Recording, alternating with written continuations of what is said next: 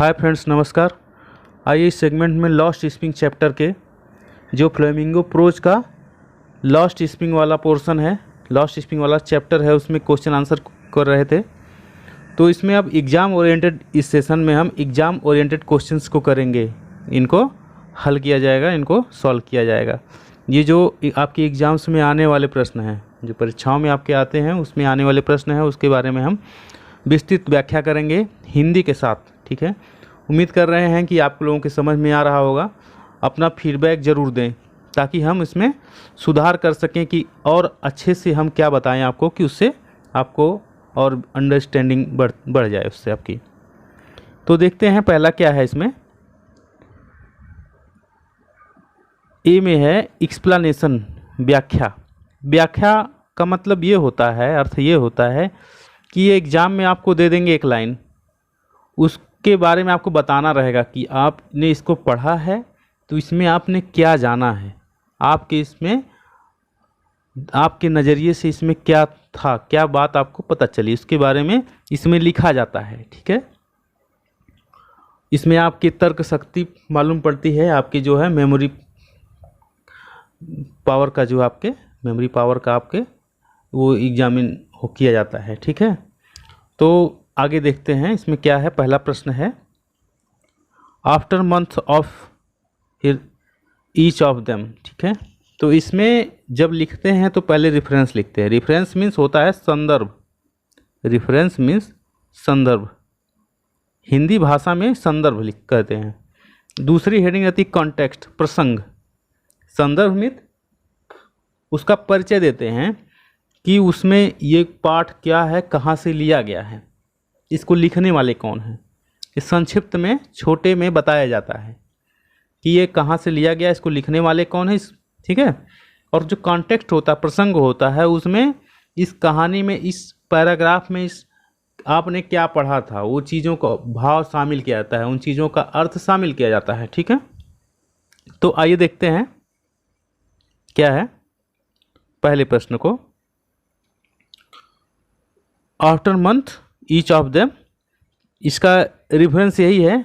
आप तो जान ही रहे हैं, एग्जाम में नहीं मालूम पड़ेगा आपको कि वो कहाँ से लिया गया है, अगर याद नहीं करेंगे अच्छे से या पढ़े नहीं रहेंगे। यहाँ तो मालूम है कि ये कहाँ से लिया गया है। ये पैसेज जो लिया गया है, पैसेज एग्जाम में आपके दिया रहेगा, तो आपको पहचानना रहेगा कि पैसेज किस चैप्टर से था। तो ये आप तो यहाँ जान रहे हैं कि इस चैप्टर से है। This given excerpt has been taken, ये जो उद्धरण दिया गया है, ये पैसेज दिया गया है, कहाँ से लिया गया, टेकन फ्रॉम से लिया गया है, द चैप्टर, अध्याय से, अभ्यास से, lost Spring, Lost Springs written by Anees Jung. ये दिया हुआ पैसेज, ये जो संदर्भ दिया गया है, प्रसंग, ये व्याख्या करने के लिए जो उद्धरण दिया गया है, ठीक है, वाक्यांश दिया गया है, ये कहाँ से लिया गया है, लॉस्ट स्प्रिंग से। हमारे अगर हिंदी में इसको लिखा जाए तो इसका ये अर्थ ये लिखा जाएगा कि दिया हुआ, जो दिया गया उद्धरण है, ये हमारी पाठ्य पुस्तक लॉस्ट फ्लेमिंगो प्रोज के चैप्टर लॉस्ट स्प्रिंग से लिया गया है। ठीक है, तो यही इंग्लिश में लिखा है, गिवन एक्सेप्ट, दिया हुआ गया उद्धरण, हैज़ बीन टेकन, लिया गया from the chapter lost Spring, lost Spring से लिया गया है, रिटन बाय अनीश जंग, जो अनीश जंग के द्वारा लिखा गया है। कॉन्टेक्स्ट है, प्रसंग में है, इस पैसेज के बारे में शॉर्ट में। इन दिस पैसेज, इस पैसेज में द ऑथर, लेखक, टेल्स बताता है, अबाउट, बारे में, द मीनिंग, अर्थ, and recognition of name Saheb. Recognition means पहचान, और the of the name Saheb, Saheb का जो नाम है उसके बारे में, पहचान को, परिचय को बताते हैं कि इन्होंने क्या जाना था। ठीक है,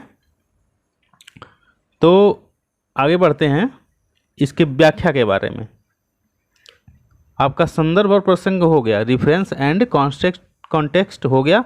अब हम एक्सप्लेनेशन पे, व्याख्या पे चलते हैं। ठीक है, द ऑथर, लेखक, इज ए टेलिंग, बता रहा, इन दिस एक्सेप्ट, इस उद्धरण में, दैट की she has known the boy Saheb for a long life, long time, and then ask him his name and he gets Saheb e Alam. ठीक है, इस कहानी में लेखक बताते हैं, इस दिए गए उद्धरण में लेखक बता रही हैं कि she has known the boy Saheb for a long time, कि वह साहेब नाम के बच्चे को एक लंबे समय से जान रही हैं। एंड और then asked his name and gets Saheb e आलम।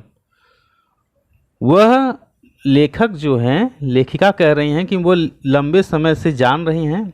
इस कहानी में, इस उद्धरण में लेखिका जो है बता रही हैं कि वो साहेब को लंबे समय से, साहेब नाम के बच्चे को लंबे समय से जानती हैं और उसके बाद तब उससे उसका नाम पूछती हैं। उसका नाम उन्हें क्या पता चलता है? ही गेट्स, वह बताता है साहेब ए आलम, साहेब ए आलम, वो अपना नाम साहेब ए आलम बताता है। साहेब इज एन इलिटरेट, साहेब एक अशिक्षित है, अनपढ़ है, एंड यंग बॉय, और छोटा लड़का है, एंड डज नॉट नो, और नहीं जानता है, the meaning of his name, अपने नाम का मीनिंग, अर्थ, अपने नाम का अर्थ नहीं जानता है।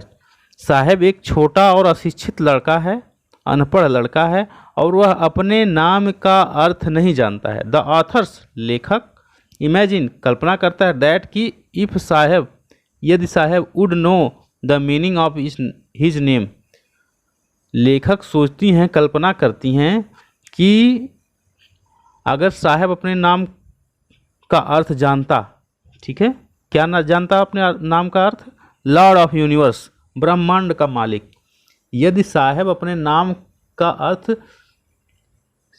ब्रह्मांड का मालिक जानता होता है, अगर वो ऐसा जानता, he would not be able to believe it, he would not be able, वह इस योग्य नहीं हो पाता, नहीं कर पाता, टू बिलीव इट, इस पर विश्वास, तो वह इस पर विश्वास नहीं कर पाता। Completely clueless, completely clueless, clueless means अनभिज्ञ, बेवकूफ़ होता है क्ल्यूलेस मीन्स, तो यहाँ पे बेवकूफ़ नहीं कर सकते। कंप्लीटली क्ल्यूलेस मीन्स अनजान, अनअवेयर, कंप्लीटली मीन्स पूरी तरह, क्ल्यूलेस मीन्स अनभिज्ञ, अनअवेयर, अनजान, ऑफ द मीनिंग, अर्थ से, ऑफ हिज नेम, उसके नाम से, अपने नाम के अर्थ से अनभिज्ञ और नादान, क्ल्यूलेस मीन्स नादान कह सकते हैं, अनभिज्ञ और नादान हो करके, पूरी तरह से नादान और अपने नाम की अर्थ से अनभिज्ञ होकर के, ना जानते हुए, ही वांडर्स, वो घूमता है, अबाउट इन द स्ट्रीट, गलियों में इधर उधर, विथ हिज फ्रेंड्स, अपने साथियों के साथ, वह अपने साथियों के साथ गलियों में इधर उधर घूमता है। दे अपीयर, वे दिखाई देते हैं, लाइक बर्ड्स ऑफ मॉर्निंग, सुबह की चिड़िया के समान, वह सुबह की चिड़ियों के समान दिखाई देते हैं। An army of bare footed boys, एक नंगे पाँव वाले बच्चों का, लड़कों का की फौज के समान वो दिखाई देते हैं। एंड डिसअपीयर, और विलुप्त हो जाते हैं, गायब हो जाते हैं। इन द आफ्टरनून, दोपहर में, और दोपहर में गायब हो जाते हैं। वे सुबह की चिड़ियों की समान, सुबह की चिड़ियों के समूह के समान दिखाई देते हैं, या एक नंगे पाँव वाले बच्चों की फौज के समान वो दिखाई देते हैं सुबह के समय, जैसे चिड़िया सुबह दिखाई देती हैं और दोपहर में गायब हो जाते हैं। And as the months passed, and means और, एज द मंथ्स पास्ड, महीनों बीतते हैं, जैसे कि महीने बीतते हैं। अनीस जंग बिगेन, प्रारंभ कर देता है, तो यह प्रारंभ हो जाता है। टू रिकॉग्नाइज्ड देम ऑल, उन्हें पहचानना शुरू कर देती हैं, यह पहचानने लगती है। महीनों बीतने के बाद एनिस जंग, जो लेखिका हैं, उन लोगों को पहचानना शुरू कर देती हैं। तो ये व्याख्या देखिए, अगर आप मिलाएंगे तो ये जो आप चैप्टर में पढ़े हैं उससे अलग थोड़ा सा लिखा गया है, इसमें जो वर्डिंग है वो अलग है। तो इसी प्रकार से आप अगर आसान भाषा में ग्रामर आप जान गए तो सारी चीज़ें, कहानी तो आपको याद रहेगी, तो आप बिल्कुल आराम से लिख सकते हैं उस कहानी को। उस कहानी में आप क्या पढ़े हैं उसकी व्याख्या आप लिख सकते हैं। यही होता है कि आपके नज़रिए से उस कहानी में आपने क्या पढ़ा है, यही चीज़ें होती हैं। आगे देखते हैं। दूसरा क्वेश्चन है,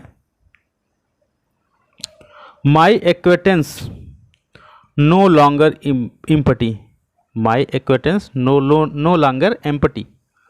तो ये ऐसे ही इसमें शॉर्ट में दिया गया है, ये पूरा पैसेज आपके एग्जाम में दिया रहेगा, तो उसका संदर्भ, प्रसंग और व्याख्या करने के लिए कहेगा, ठीक है। रिफरेंस, कॉन्टेक्स्ट एंड एक्सप्लेनेशन करने के लिए बताएगा, ठीक है।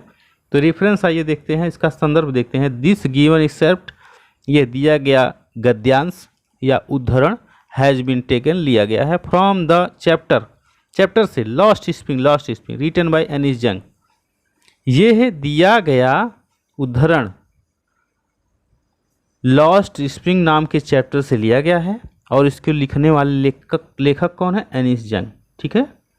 आइए कॉन्टेक्स्ट पढ़ते हैं इसका। कॉन्टेक्स्ट क्या है, प्रसंग क्या है? इन दिस कोट, इस कथन में, इस उद्धरण में, द ऑथर, लेखक, टेल्स बताती हैं, अबाउट द जियोग्राफिकल, भौगोलिक स्थिति के बारे में, लोकेशन, स्थिति, अबाउट द जियोग्राफिकल लोकेशन, भौगोलिक स्थिति के बारे में बताती, of the rag pickers, rag pickers के, कूड़े बीनने वालों के।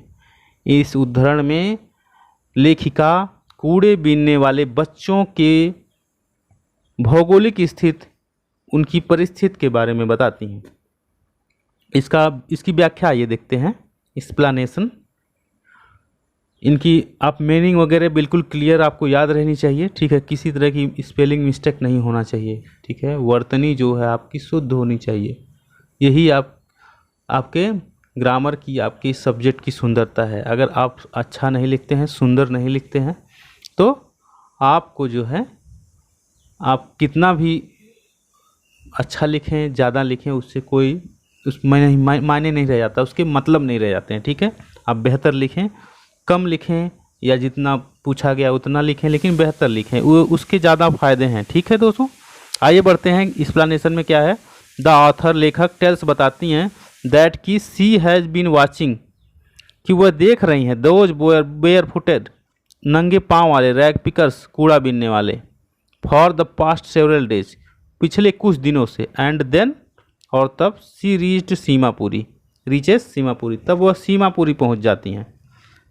इस उद्धरण में लेखिका कह रही हैं कि वो नंगे पाँव कूड़ा उठाने वाले लोगों को देख रही हैं पिछले कुछ दिनों से, और वह सीमापुरी पहुंच जाती हैं। विच इज सिचुएटेड, जो स्थित है, बसा हुआ है, सिचुएटेड मीन स्थित है या बसना, बसा हुआ है, ऑन द पेरीफेरी, उपनगर, पास में, ऑफ दिल्ली, दिल्ली के, जो दिल्ली के पास में स्थित है, which is not so close to her, which is not so close to her, जो उससे बहुत ज़्यादा मिलता जुलता नहीं है।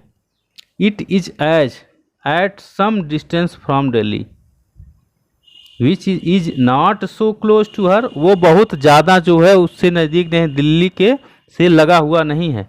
It is at some distance from Delhi, यह दिल्ली से कुछ दूरी पर है, जो मुख्य दिल्ली है उससे कुछ दूरी पर है। सी ट्रेसेज, वो खोजती हैं, द पीपल, लोगों को, लिविंग देयर, रहने वालों को, जो वहाँ रह रहे हैं, देयर मीन्स वहाँ, वे वहाँ रहने वालों को खोजती हैं। हु हैड सेटल्ड, जो सेटल्ड मीन्स बस गए हैं, देयर मीन्स वहाँ, फॉर देयर लिवलीहुड, अपनी जीविका के लिए, वे वहाँ पर बसने वाली, लेखिका जो हैं वहाँ पर अपनी जीविका के लिए बसने वाले लोगों को ढूंढती हैं। He came from Bangladesh, he came from Bangladesh, वे बांग्लादेश से आए हैं। इन 1971, 1971 में, वे 1971 में बांग्लादेश से आए हैं। आपको दोबारा बता देना चाहता हूँ कि ये बांग्लादेश से 1971 में इसलिए आए थे क्योंकि तब बांग्लादेश जो था, इस टाइम है बांग्लादेश और पाकिस्तान वर्तमान का, ये पाकिस्तान जो मेन पाकिस्तान, तो पाकिस्तान पश्चिमी पाकिस्तान कहलाता था, ये जो बांग्लादेश का हिस्सा है ये पूर्वी पाकिस्तान कहलाता था। तो जो है पश्चिमी पाकिस्तान के द्वारा बहुत ज़्यादा परेशानी उत्पन्न कर देने के कारण, बहुत ज़्यादा भेदभाव कर देने के कारण यहाँ पे विद्रोह हो जाता है 1971 में, जो इस समय बंगाल का क्षेत्र है।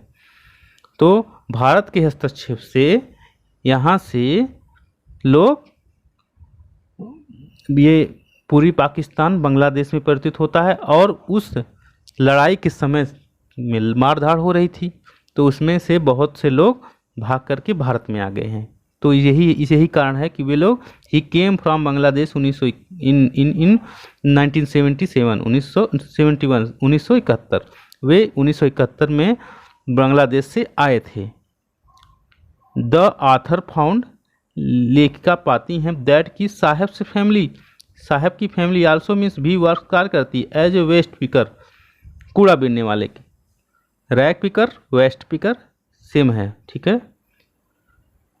लेखिका पाती हैं कि साहब का परिवार भी, जो साहब है उसका परिवार भी कूड़ा बीनने का काम करता है। सीमापुरी वाज नॉट डेवलप्ड, विकसित नहीं थी, एंड रिमेंस, रह गई थी, so at present, and remains so at present, वर्तमान में इतना,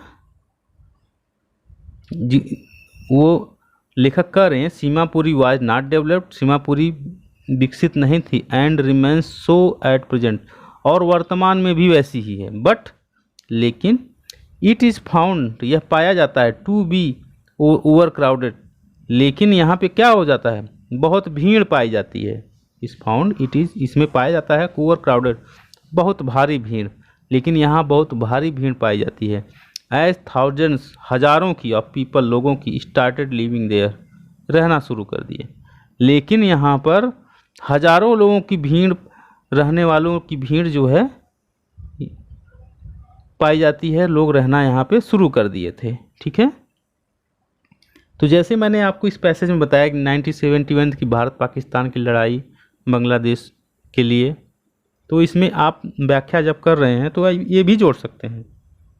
व्याख्या का मतलब ये नहीं है कि जो अध्यापक ने पढ़ाया, आपको टीचर ने पढ़ाया, वही आप लिखें।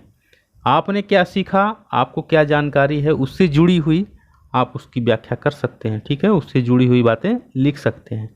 व्याख्या का अर्थ यही होता है कि आप खुले मन से आप लिखें, ऐसा नहीं है कि आपको रटा दिया जाए, आप वही चीज़ें लिख दें, ठीक है। आप जो उससे, उस सब्जेक्ट से जुड़ी हुई बातें आप लिख सकते हैं, ठीक है। अगले क्वेश्चन पे चलते हैं।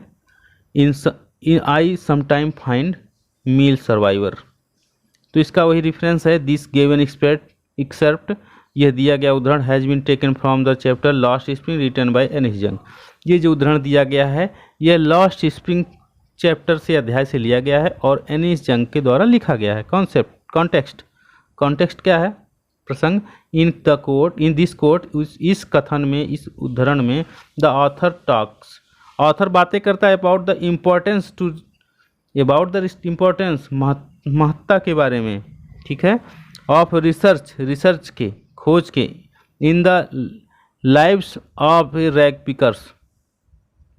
ये लेखक जो हैं, इसमें, इस पैसेज में लेखक कूड़ा बीनने वालों के जीवन की खोज के बारे में, उनके जीवन के विषय में लिखती हैं, उनके क्या गुण अवगुण है उसके बारे में लिखती हैं। बिकॉज, क्योंकि फॉर एल्डर्स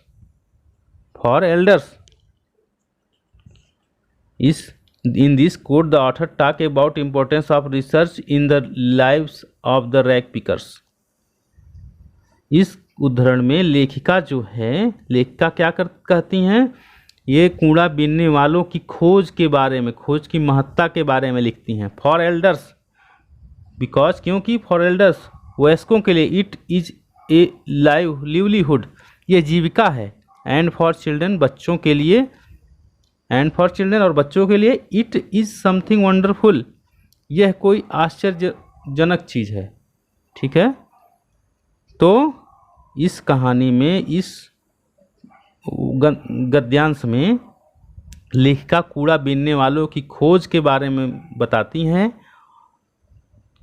और आगे है इसमें, ये जो कूड़ा है, ये जो एल्डर्स हैं, वयस्क हैं, प्रौढ़ हैं, उनके लिए ये जीविका का साधन है, लेकिन बच्चों के लिए क्या है, ये एक आश्चर्य से भरी हुई वस्तु है। ठीक है, खोजने में उनको मजा आता है। आगे बढ़ते हैं व्याख्या में। व्याख्या क्या है देखिए, explanation. The writer notes the word of Saheb's.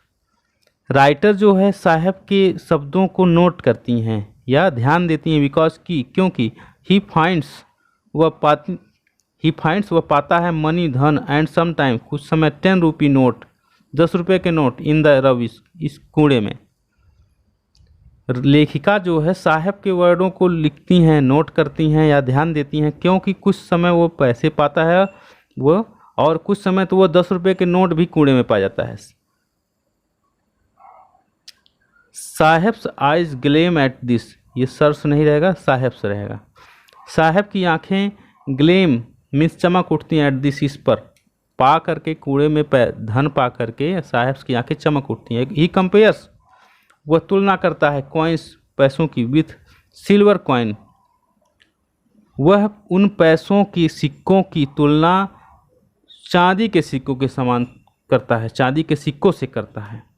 Because क्योंकि ही इज़ वेरी पुअर, क्योंकि वह बहुत गरीब है, वह बहुत गरीब है, इसलिए उसके लिए वो सिक्के चांदी के सिक्के के समान हैं। ही सेज, वह कहता है, दैट कि व्हेन, जब समथिंग कुछ इज है फाउंड पाया जाता है, जब कुछ भी मिलता है प्राप्त होता है, द क्यूरियोसिटी उत्सुकता, टू सर्च खोजने की, इंक्रीजेज बढ़ जाती है, फर्दर मीन्स आगे। He says that when something is found the curiosity to search increase further, वह कहता है कि जब कोई वस्तु मिलती है तब खोजने की, ढूंढने की उत्सुकता आगे और बढ़ जाती है। हैंस आता है द इन्वेस्टिगेशन, खोजबीन इज ऑन, जारी रहती है। इस प्रकार खोजबीन क्या रहती है, जारी रहती है। बट फॉर द पेरेंट्स, लेकिन माता पिता के लिए, फॉर इट्स लिवलीहुड, उनकी जीविका के लिए, एंड चिल्ड्रेन, बच्चों के लिए, it is wrapped in wonder. But for parents, लेकिन माता पिता के लिए, फॉर इट्स लिवलीहुड, उनके लिए जीविका है, एंड चिल्ड्रेन, बच्चों के लिए, it is wrapped in wonder, यह आश्चर्य से लिपटी हुई वस्तु है। इट सीम्स नेसेसरी, यह आवश्यक महसूस होता है, यह जरूरी महसूस होता है, for survival, it seems necessary, यह प्रतीत होता है या है, नेसेसरी फॉर सर्वाइवल, जीवित रहने के लिए आवश्यक है। आगे बढ़ते हैं। I will learn you, I will learn, ये पैरा है, I will learn land it seems, इसका रेफरेंस वही आएगा। This excerpt has been taken, यह संदर्भ लिया, यह गद्यांश लिया गया है फ्रॉम द चैप्टर से लॉस्ट स्प्रिंग से, यह लॉस्ट स्प्रिंग नाम के चैप्टर से लिया गया, रिटन बाय एनिस जंग, जो एनिस जंग के द्वारा लिखा गया है। कॉन्टेक्स्ट मीन्स प्रसंग। राइटर बताती हैं, ऑफ मुकेश के बारे में, दैट मीन्स जो, ही ओनली ड्रीम्स ऑफ कार, वह केवल कारों के बारे में स्वप्न देखता है, and being the only member of Bengal making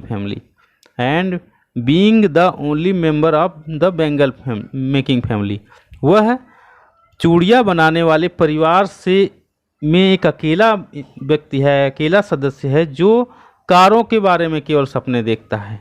ठीक है, वह मुकेश के बारे में बताती हैं, लेखिका जो है मुकेश के बारे में बताती हैं, जो चूड़ियाँ बनाने वाले परिवार में वह सदस्य है, जो केवल एक सदस्य है जो कारों के बारे में सपने देखता है। He finds only Bengal everywhere in Firozabad, वह फिरोजाबाद में केवल चूड़ियाँ ही हर तरफ देखता है। अब व्याख्या की तरफ चलते हैं, व्याख्या देखते हैं। एक्सप्लेनेशन, व्याख्या है, मुकेश इज है डेडिकेटेड मीन्स समर्पित, only to learn to drive a car, केवल कार चलाने के लिए वो समर्पित है, या उसकी इच्छा कार चलाने के लिए ही है। And he is sure of it, और वह इसके लिए बिल्कुल निश्चय कर चुका है। This dreams seems unfulfilled as bangle are everywhere in Firozabad. This dream seems, यह सपना प्रतीत होता है, अनफुलफिल्ड, ना पूरा किया जा सकने वाला, एज बैंगल्स, चूड़ियाँ, और एवरीवेयर, हर जगह, इन फिरोजाबाद, फिरोजाबाद में हर जगह चूड़ियाँ ही पाई जाती हैं। ऐसे में यह सपना पूरा किया नहीं जा सकेगा ऐसा लगता है। एंड और she has no recourse for any other profession, and she है नो रिकॉर्स, उनके पास कोई और चीज़ करने के लिए, फॉर एनी अदर प्रोफेशन, कुछ और करने के लिए ही है ही नहीं, कोई और व्यवसाय करने के लिए उनके पास नहीं है, या उनके समझ में नहीं आता है। एवरी, प्रत्येक, अदर फैमिली, दूसरा परिवार, इन फिरोजाबाद, फिरोजाबाद में, इज इंगेज, लगा हुआ है, इन मेकिंग बैंगल्स, चूड़ियाँ बनाने में। फिरोजाबाद में हर दूसरा परिवार चूड़ियाँ बनाने में लगा हुआ है। Firozabad is the centre of India's glass blowing industry. Firozabad is the centre, केंद्र है, ऑफ इंडिया, भारत का, ग्लास ब्लोइंग इंडस्ट्री, कांच का सामान बनाने, कांच के उद्योग का केंद्र है, कांच के सामान बनाने के उद्योगों का केंद्र है। फिरोजाबाद भारत के केंद्र में, भारत में फिरोजाबाद कांच के सामान बनाने के उद्योग का केंद्र है। For the past several generation, for the past, बीतते हुए समय में, सेवरल जनरेशन, कुछ पीढ़ियाँ, फैमिलीज, परिवार, work around furnace, work around furnace, भट्टियों के पास काम करते हैं। पिछले कुछ पीढ़ियाँ और परिवार फर्नेस के, भट्टियों के आगे काम करते हैं, चूड़ियाँ बनाते हैं। आगे बढ़ते हैं, अगला क्वेश्चन है, the cry was not ability of dream. इसका रेफरेंस दिस गिवन एक्सेप्ट, यह दिया गया गद्यांश, हैज़ बीन टेकन, लिया गया, फ्रॉम द चैप्टर से लॉस्ट स्प्रिंग के, रिटन बाय एनिस जंग, जो एनिस जंग के द्वारा लिखा गया है। यह चैप्टर लॉस्ट स्प्रिंग, यह लॉस्ट स्प्रिंग नाम के चैप्टर से लिया गया कथन है, गद्यांश है, जो एनिस जंग के द्वारा लिखा गया है। कॉन्टेक्स्ट, प्रसंग है। इन दिस पैसेज, इस उद्धरण में, द ऑथर टेल्स, ऑथर बताती हैं, about the irony, about the irony, irony means विडम्बना, अबाउट द आयरनी, विडम्बना को, गड़बड़ी को, समस्याओं को, that the supply of bangles in the whole country, पूरे भारत में, पूरे देश में चूड़ियों के निर्यात को, रिमेन्स फूडलेस एट टाइम, वे बिना भोजन के रह जाते हैं। द ऑथर टेल्स, लेखिका बताती हैं, अबाउट द आयरनी, दैट्स, उस विडम्बना के बारे में, the supply of bangles in whole country, जो पूरे देश में चूड़ियों की सप्लाई करते हैं, रिमेन्स फूडलेस एट टाइम, वो भूखे पेट रहते हैं या भूखे रहते हैं, जो पूरे देश में चूड़ियों का निर्यात कर रहे हैं वो भूखे पेट रहते हैं। ये लेखिका इस विडम्बना को बताती हैं। एक्सप्लेनेशन देखते हैं, व्याख्या देखते हैं इसकी। व्याख्या है, द ऑथर स्टेट्स, लेखक स्टेट्स दैट, स्टेट्स मीन्स कहती हैं, दैट की द फैमिलीज, परिवार एंगेज, लगी हुई हैं, इन मेकिंग बैंगल्स, चूड़ियाँ बनाने में, आर अनेबल, अयोग्य हैं, to do any other business, कोई और बिजनेस करने के लिए, कोई और व्यवसाय करने के लिए। लेखिका कहती हैं, लेखक का कहना है कि जो परिवार चूड़ियाँ बनाने में लगे हुए हैं वो कोई और व्यवसाय करने में असमर्थ हैं, बिकॉज, क्योंकि दे डू नॉट हैव मनी, उनके पास पैसे नहीं हैं, उनके पास पैसे ही नहीं हैं, इसलिए चूड़ियाँ बनाने वाले परिवार दूसरा व्यवसाय करने में असमर्थ हैं। They do not even have food to eat, they do not have, they do not even, उनके पास है नहीं, क्या नहीं है, हैव फूड टू ईट, खाने के लिए भोजन, उनके पास खाने के लिए भोजन भी नहीं है।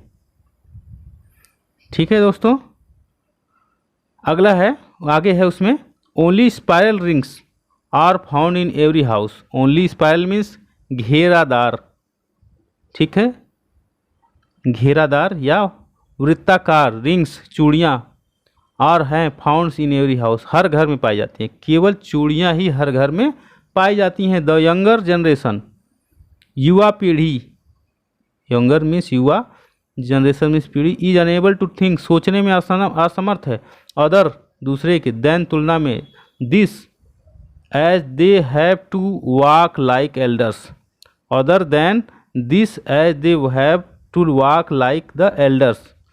नई युवा पीढ़ी सोचने में असमर्थ है, देन मीन्स तुलना में, this age they have to walk like elders, कि उन्हें अन्य लोगों के, अन्य जो प्रौढ़ लोग हैं, वयस्क लोग हैं, उन साथ कैसे चलना है, या इस समय जो है हमें क्या करना चाहिए, इसके बारे में वो सोच नहीं पाते हैं। टाइम्स हैज़ नॉट कंट्रीब्यूटेड, समय, time has not contributed, contributed means लगाना, ठीक है, या लग जाना, या उसमें विभाजित हो जाना, बांट देना, इसे इसका अर्थ होता है। The time has contributed, time बटा हुआ है। So much to change, so much to change, so much इतना अधिक, टू चेंज बदलाव में। Time has not contributed so much to change, इतने समय के बाद भी उसमें कोई बदलाव नहीं हुआ है, कोई परिवर्तन नहीं हुआ है। इन आफ्टर ईयर्स, इतने वर्षों के बाद भी, इतने वर्षों के बीत जाने के बाद भी, फिरोजाबाद सीम्स प्रतीत होता है, इरपेसेबल अशांत। इतने समय, इतने वर्ष बीत जाने के बाद भी फिरोजाबाद अशांत दिखाई देता है। ड्यू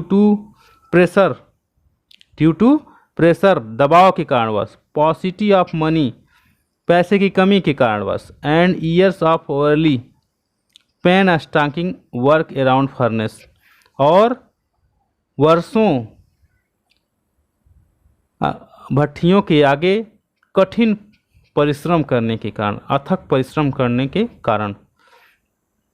नो वन ड्रीम्स, कोई सपना नहीं दे सकता है, and things of anything new for the future, किसी ने भविष्य के कई नई चीज़ के लिए वो सोच नहीं सकता है। देखिए, या फिर से देखते हैं, फिरोजाबाद सीम्स इरपेसेबल, फिरोजाबाद अशांत दिखाई देता है। Due to pressure, paucity of money, and years of overly painstaking work around furnace, क्योंकि वे वर्षों से अंगीठियों के आगे दबाव में और धन की कमी में अंगीठियों के आगे काम कर रहे हैं। No one dreams and things of any new for the future, और उनके पास क्या है, भविष्य के लिए कोई सपना देखने का अवसर ही नहीं मिलता, वो भविष्य के लिए कोई सपना ही नहीं देख पाते हैं किसी बात के लिए, ठीक है। तो इस सेशन में मैंने आपको बताया कि जो एग्ज़ाम ओरिएंटेड क्वेश्चन हैं उसमें एक्सप्लेनेशन जो था उस पार्ट को मैंने बताया। अब पार्ट बी है शॉर्ट आंसर टाइप क्वेश्चंस का, तो इसके बारे में हम अगले वीडियो में आपको बताएंगे, पढ़ाएंगे। मिलते हैं नेक्स्ट वीडियो में, तब तक के लिए नमस्कार।